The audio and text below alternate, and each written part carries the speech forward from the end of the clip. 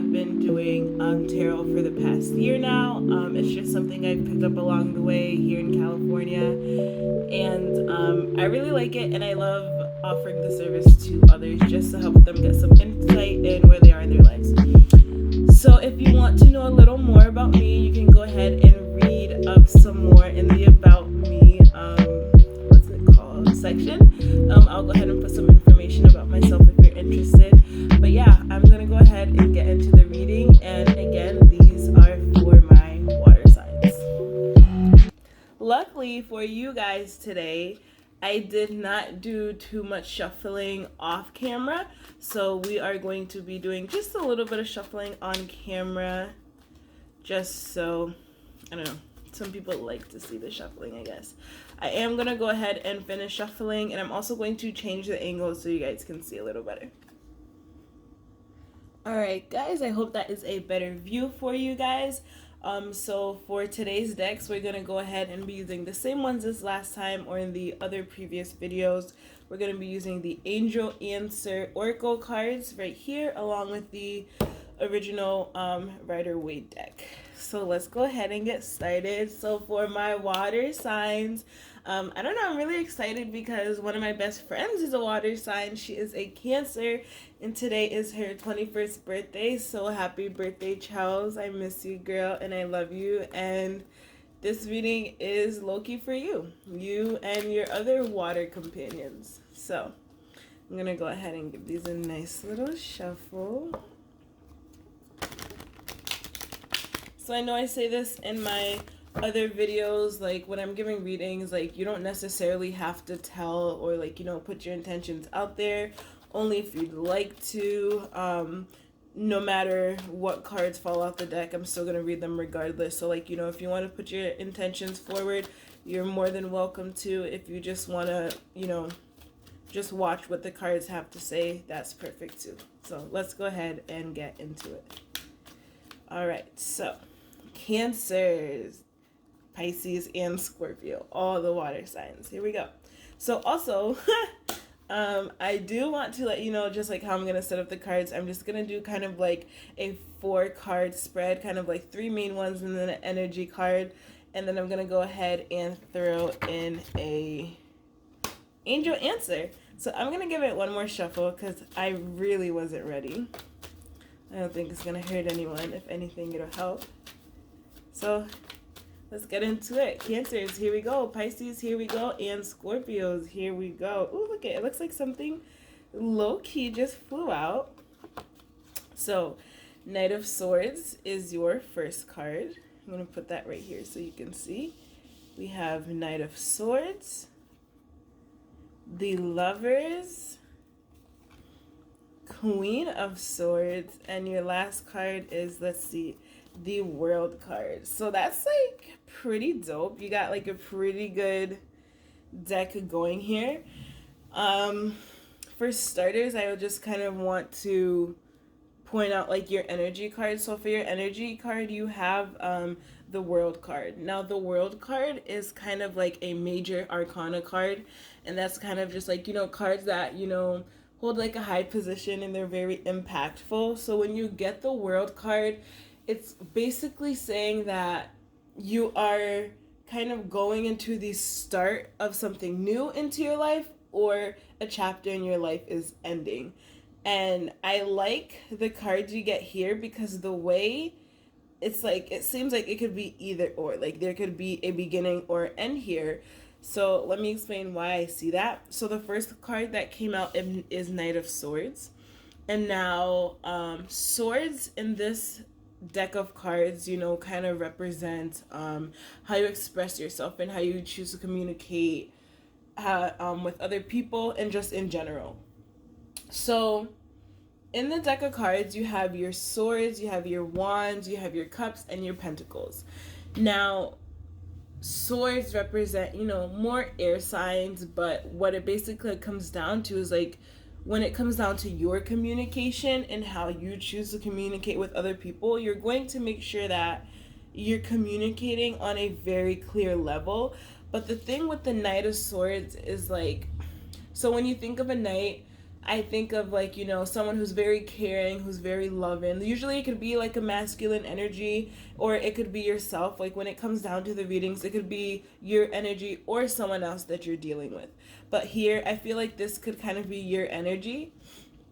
And the reason why I say that is because I feel like Knight of Swords is like I said, is someone who is fun, they're loving, they're very caring, but at the same time they want to speak their mind about something, but I feel like they don't exactly know how to. They're not really sure how to go about it, so they're kind of practicing and taking up the courage to say what it is that's on their chest or on their mind. But like, because it's a night, they're just kind of moving slow with it and trying to figure out the routes and like how to go about it.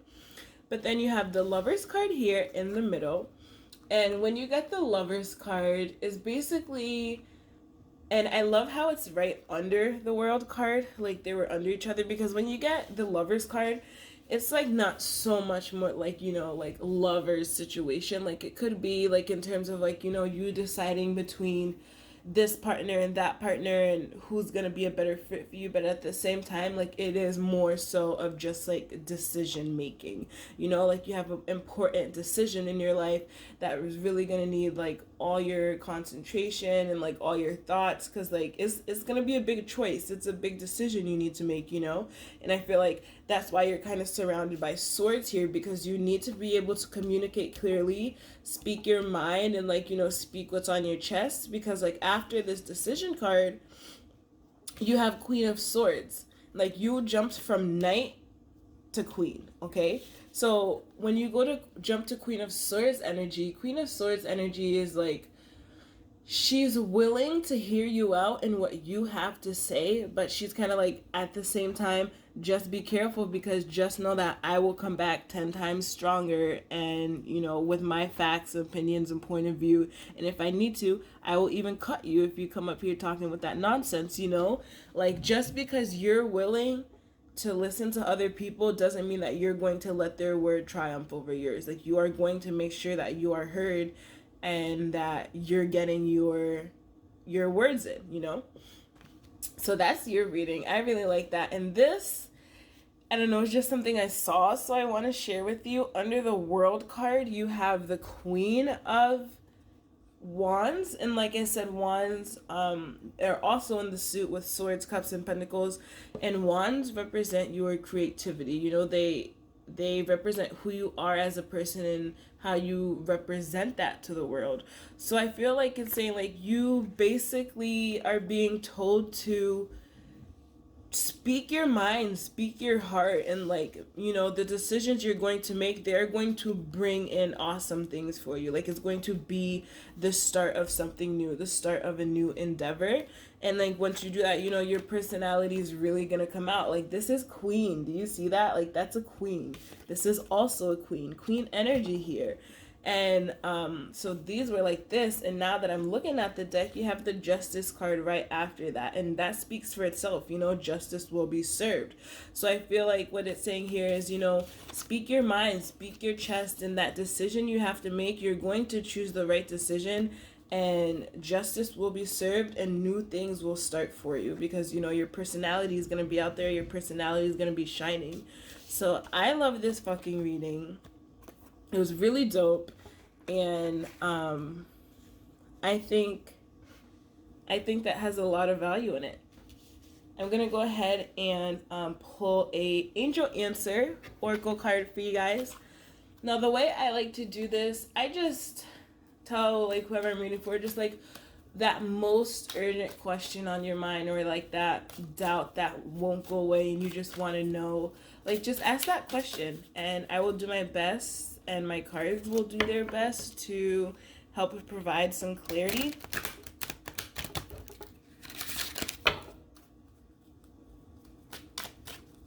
Let's see.